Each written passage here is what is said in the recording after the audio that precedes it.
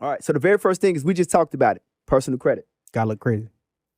Yeah. Personal. I mean, you have to make sure that that's in order. Mm-hmm. You have to make sure that that's in order because again, we want to get the biggest bag because, you know, when you go and ask for money, some of these lenders, they're going to say, hey, we want you to personally guarantee for your business.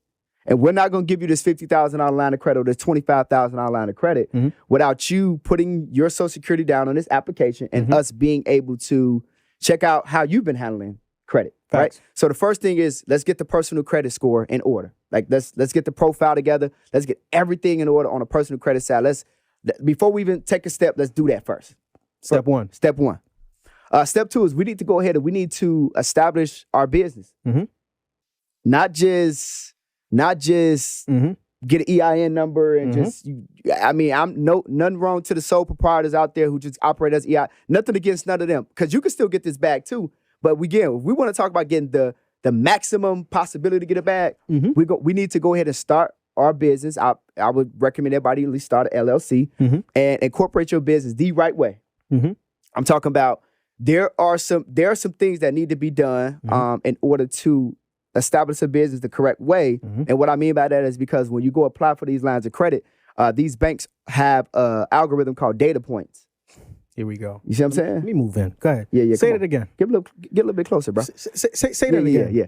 So the banks they got data points. And so essentially when you go to the bank, they're saying, hey, it's an artificial intelligence system that's got a check mark system. It's like, hey, okay, incorporated, 800 number, business email. Like they're going down like business address. Like they're going down the list to make sure everything that you're supposed to have as a business owner is in order. Right. Like they're checking you out with a fine-tooth comb. Right. And so essentially we need to make sure that we start our business the right way and don't just go out here and just get an EIN number and try to go establish no, we're going to do this thing the right way, right? So once we've gotten our personal credit in order, now we've established our business and we make sure that everything is in order because now I'll give you guys a walkthrough, a kind of a walk down of what essentially, like I'm talking about right off the bat needs to be done. But like, there's a lot that goes into it. But let me give as much as I can with the time we got, right? Talk to me and walk with me. All right. So LLC has to be incorporated the right way because the bank has data points, right? So from that perspective, we need to make sure that before we go and even do our articles of incorporation, we need to go ahead and get an 800 number.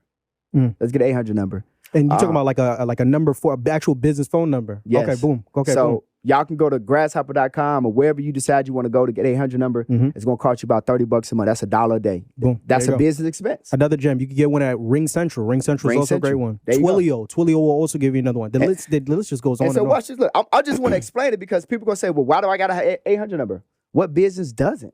What real business doesn't? You mean to tell me Apple's phone number ain't 718-448? It's not. It's 800. What about Best Buy? If I call Best Buy, it's 800. Okay. Amazon, they don't got It's 800. Okay, I'm gonna let you talk because you know what you talking about. I don't know what I'm talking about. Go ahead, talk. It's 800. Right. Like so when you apply for this application, when you put down the information, you can't put down some regular residential. That's not going to work. So then now that goes into let's get a business address. What would you recommend? Because I mean, hey, I'm gonna tell them, hey.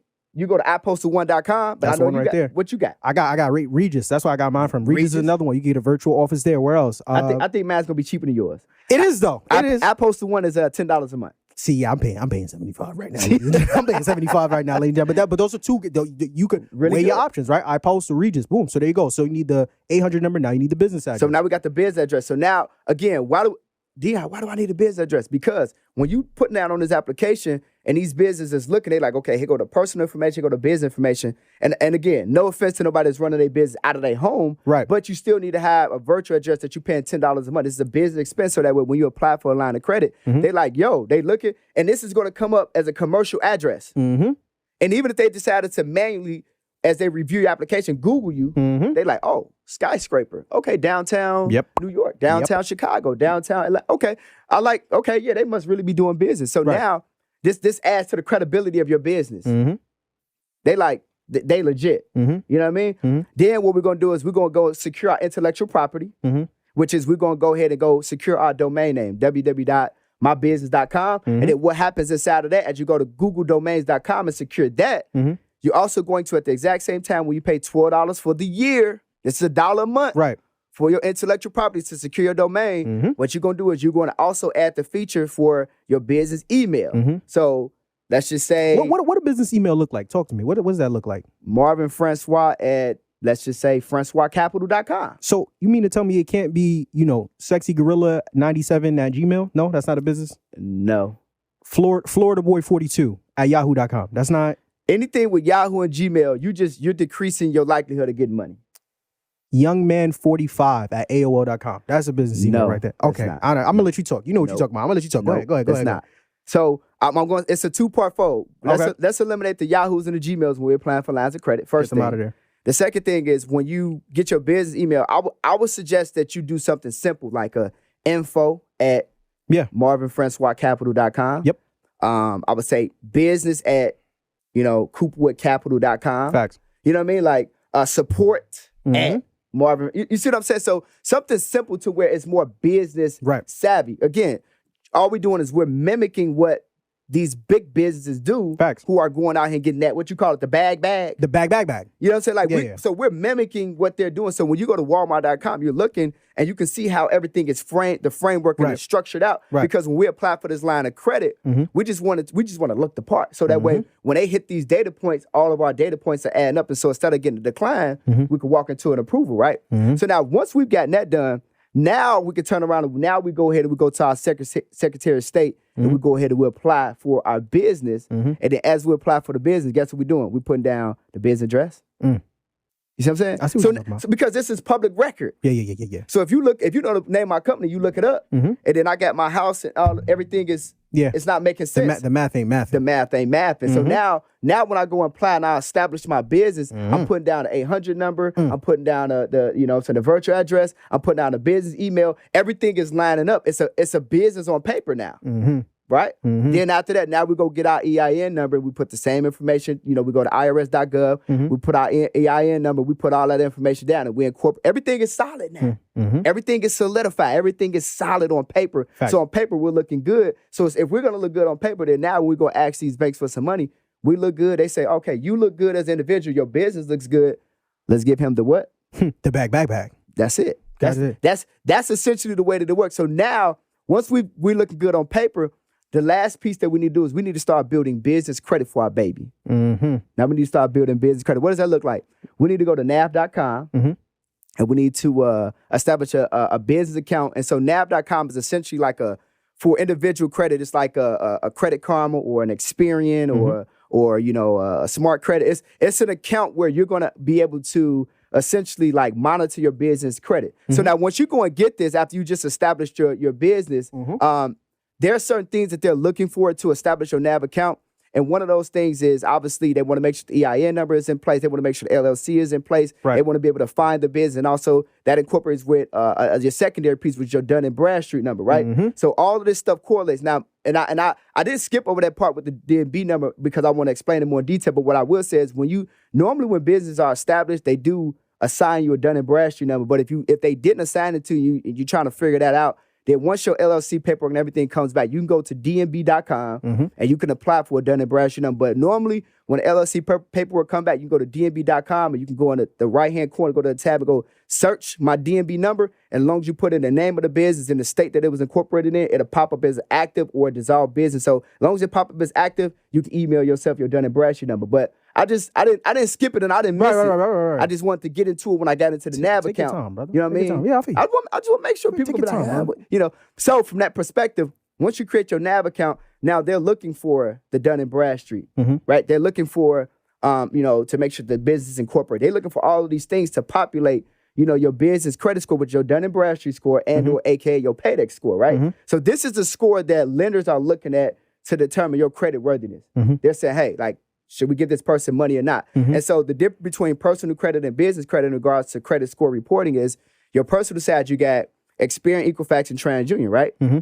So on the business side, all you got to do is just, you just drop the T. So you got Experian, Equifax, and Dun & Bradstreet. Facts. Instead of TransUnion. So you got the Dun & Bradstreet and or Paydex score that they're looking at. And that's the score that's the most important. Facts. That's the one that you want to get to 80 or better. And so now we're going to break down to help us get this bag with a good personal credit score. what does that score need to look like? It need to be an 80 or better, right? How do we get this score to an 80 or better? Now, this is the part where I take you from the normal, which is everybody's like, hey, you need to get your what? They say net 30s, net 15s. Go ahead and get your net accounts, and that's going to help you establish some credit. And I'm not saying that it doesn't, but I'm saying it's incorporated in that you getting your net 30s, you need to also get some business trade accounts. And so what we're talking about is going out and adding accounts and lines of credit that is going to report to your business credit profile that is essentially is now going to report business credit for you. Because it's kind of like when we are growing up, we already got a credit score. We just need to start buying stuff to help improve it and to establish more credit. Whereas with a business, when you establish the business, it's nothing there. It's zero. NAV is going to tell you when you first create the account, we couldn't find your business. It's going to take some time for you to generate, right, and for it to find your business. So the fastest way for you to be able to build business credit and so you can qualify for that 100K in 100 days is we need to get your paydex score to an 80 or better, right? So that way we can go to the bank and the banks are saying, oh man, this is a solid individual. This is a solid business, right? So with these trade accounts, the very first one that you want to get is when you sign up for your NAV account, you want to get NAV Boost. Say that again. NAV Boost. Okay. NAV Boost is $39.99 a month. You get NAV Boost. And when you click on NAV Boost, it's going to tell you this is the fastest way for you to be able to establish business credit for your business so that way you can go out there and start getting funded. It's going to tell you that. We talking about $39 a month.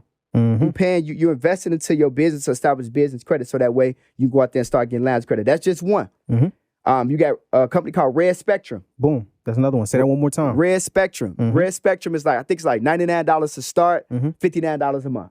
Easy. They normally start you off with a $2,500 line of credit. Here's a hack. Once you get approved, email them and say, hey, I was expecting a higher line of credit, and normally they give you like an extra $1,000 or $2,000. Nasty. Let me sit up, man. Keep going. So again, we're establishing credit. Right. So now these lines of credit are populating. We building credit. We building credit for our business, right? Then you got another one called eCredible.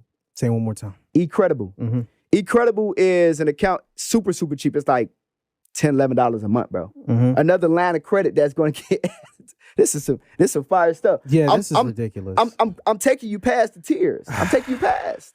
I'm literally like, this is it. This is ridiculous. Okay, keep going. Look, and I'm gonna give him a fourth one. Another one? I'm gonna give him another one. I got another. Go ahead. So we got they can go.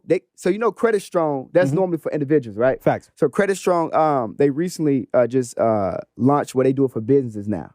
So for individuals, we go get Credit Strong. We get self to build our personal credit up. What Credit Strong just launched, where they got a business Credit Strong, where you can literally get Credit Strong for your business and build business credit for your business too. This is crazy. So you're paying a monthly, and I think for business it's a little bit more expensive than it is for an individual. But these accounts like Self and Credit Strong, these are fusion accounts where these are accounts where we're building credit, but we're paying the money, and the money we're paying into it, we're actually building up like a savings account too. So when you're paying this $100, $150, $200 a month to Credit Strong for your business, once you're done with that agreement, then you're actually in a situation to where you got money saved up and you built business for your business credit for your business. It's a win-win situation. You can't lose. So essentially, if you go get those four at minimum and you're already adding some net 30s, literally within about 90 days, you're gonna have a paydex score. Your Dun & Bradstreet score is gonna populate, and it's gonna put you in a position where, because if somebody got bad credit or a credit with challenges, like most of them, like when clients come to me and they want to get business credit, and I could do both at the same time. So I'm repairing the credit, takes about maybe 90, 120 days. I'm building business credit, take me another 90 days or so. By the time we get to that 100th day, everything is in order, man. Everything is in order. Everything is immaculate. Everything is in order. Now when we go after funding, they got this solid personal credit profile. The business established the right way.